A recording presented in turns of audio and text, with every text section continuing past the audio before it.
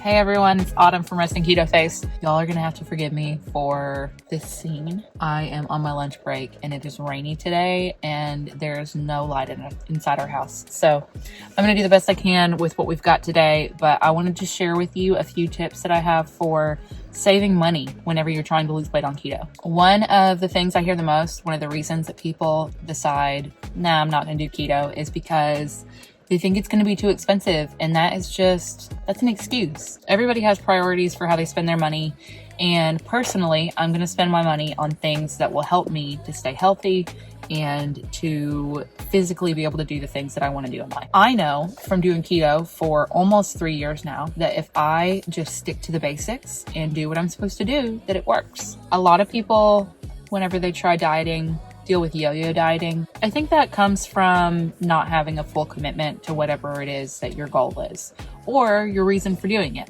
So my commitment to keto is because of a health reason. If I am not keto, I swell. I have inflammation in my wrists and in my legs and my ankles, and I get migraines. It's a hell of a motivator to eat keto as long as I don't have a migraine. If I eat carby things, miraculously, I get migraines almost every time. That's my why. If you don't have that strong of a why, what happens is people search for products that are a crutch. An example of that are like carb blockers.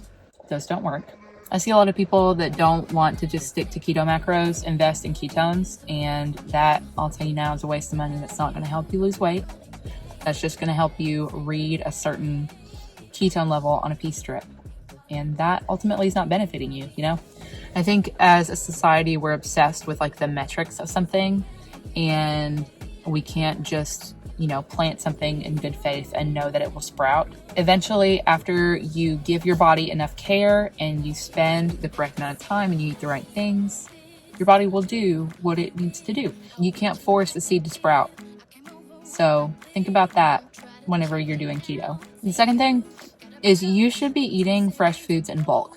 You can try purchasing these things at like Sam's Club or Costco if you have them nearby. We try to buy larger quantities of items and cook bigger meals. That way we have leftovers and we can freeze them and save them for later. Not only is that easier on your time, but it's also easier on your wallet. Always check the unit price when you're shopping to see that what you're getting is definitely a better deal, because sometimes bigger quantities of products don't always mean that it will be cheaper. Always shop for sales. That's a good way. And vegetables and fruits and meats go on sale a lot. So eat whatever's in season and eat it in bulk. My third and final tip for saving some money when you're trying to lose weight on keto is to avoid trying every single new product that comes out there. Now, I review products. The reason I do that is so you don't have to spend the money trying products that aren't that good. As much as I love to share the products that are delicious, there are a lot of rotten eggs. Some products that are marketed as keto products are not actually good for you. Some of them have maltitol in them. Some of them have straight up flour in them. Some of them are way too high in fiber for any human. A lot of new keto products are expensive because companies produce them in small quantities to see if they will take off. And if they take off, they eventually lower in price because they've produced a higher volume and they sell. All of that being said, if a new product comes out and it just looks fantastic, set yourself a monthly budget on how much you can spend on new keto things. The thing about social media is a lot of these companies pay influencers to share products around the same time. So if you see something new from like everybody you follow all at once, that's on purpose.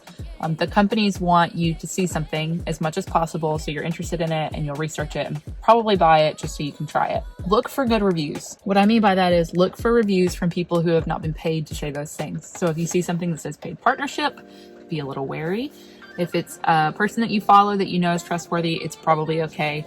But beware that there are some companies out there that will pay people to promote some really shitty products. Those are my 3 tips. Number 1, don't buy any of the gimmicky keto products. P-strip, blood ketone meters, ketones, don't buy carb blockers. You don't need it. All you need to do is eat keto foods and stay within your macros and you will be in ketosis. And just trust your body. Number 2 is buy fresh foods in bulk when they're in season. And number 3 is don't worry about trying every new keto product out there because about half of them are garbage anyways. Thanks for watching. And if you want to see more from me, go ahead and subscribe below. And if you want more videos like this, hit that like button so I know that you like this video. All right, lunch is over, so I'm going back to work. So y'all have a good day and see you next time.